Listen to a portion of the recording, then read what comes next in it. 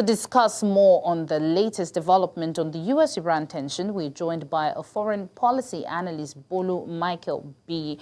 Bolu, good afternoon, and thank you for joining us. Now, what does Donald Trump's insistence on maintaining a blockade signal about Washington's broader strategy towards Iran? All right. Thank you very much for having me. Let's put things in context. So Iran previously blocked the Strait, and they used that as a weapon for negotiation with the United States. They couldn't reach a deal, which was, try to broker it in Islamabad and Pakistan. And Trump was like, okay, you want it blocked, then no problem. So it's basically just pure power play. US is not just negotiating, they're applying maximum pressure while keeping a ceasefire alive on paper.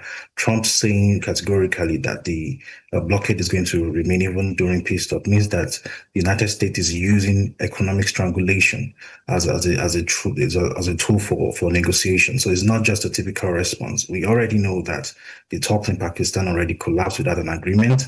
So Trump right now is just dangling a deal while tightening the grip. So it's not just diplomacy, it's a squeeze of power play. And Trump is really smart, because now it feels like Iran's hands are tied. The main constraint really is that both sides, they have domestic audiences that they cannot ignore. Trump cannot look weak in front concerning the issue with Iran, and Iran cannot look weak to their citizens as well in front of the United States. So they continue to dangle a deal in front of each other, and the main fighting point is the Iranian stockpile, and that has now shifted from a regime change to opening of the straits. Now the issue is uranium being the subject matter.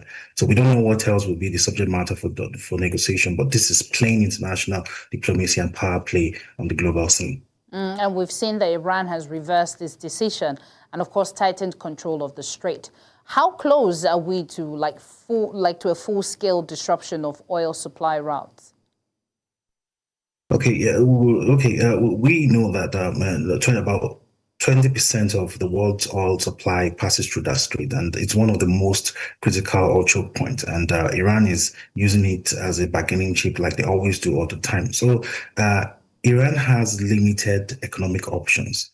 The US sanctions already is hammering their economy, and they've spent a lot trying to, take control of the Strait of Hormuz, or maintain control of the Strait of Hormuz, and also developing and acquiring technology and warheads for them to be able to counter offensive from the US. So the thing that would broker this deadlock, it's actually China. China has already stated that they don't want any disruption to their own oil shipment from the United States.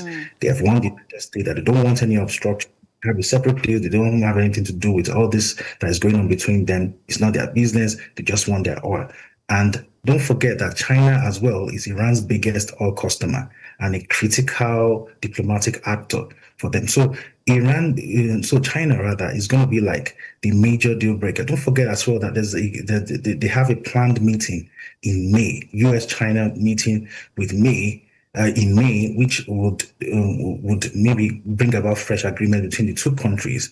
And Iran and China, they also work together.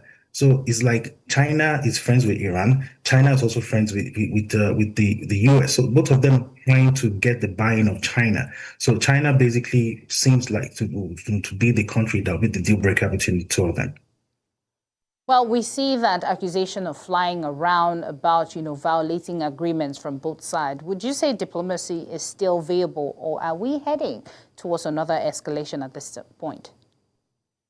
The fact that we have a ceasefire in place right now, it shows that there's a level of it's a thing as the de-escalation. We're no more seeing the bombs flying that much, unlike before. So there's de-escalation taking place right now, and there's a possibility that there might be an escalation, depending on what happens in the next couple of weeks and how the negotiations are going. The problem right now is that there's no trust in the negotiation process. Iran does not trust the United States. The United States does not trust Iran as well.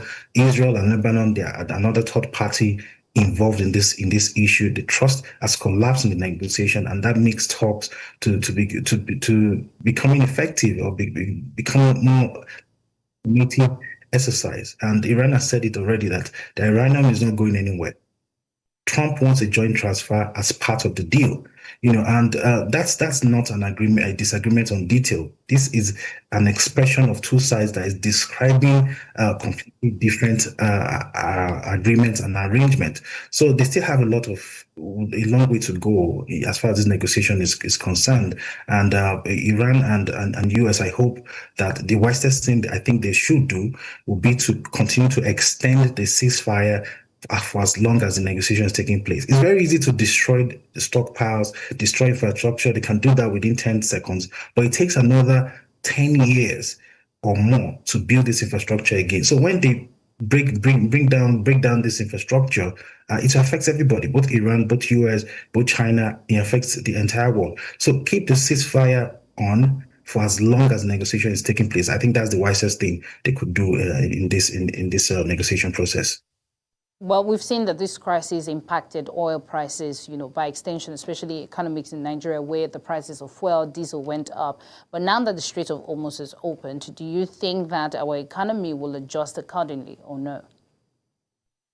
In the past few weeks, we've seen that Nigeria has been benefiting. It's kind of a blessing for Nigeria in disguise. We've seen Nigeria has been selling, Nigeria has been exporting a lot of oil, making a lot of revenue. Nigeria earns roughly 90% of its foreign exchange from oil export, and a serious disruption to the global oil supply routes might directly hit Nigeria's naira stability. But ironically, Nigeria is benefiting right now. We've seen the Brent oil already reacting to the Hormuz headline and what's going on right now.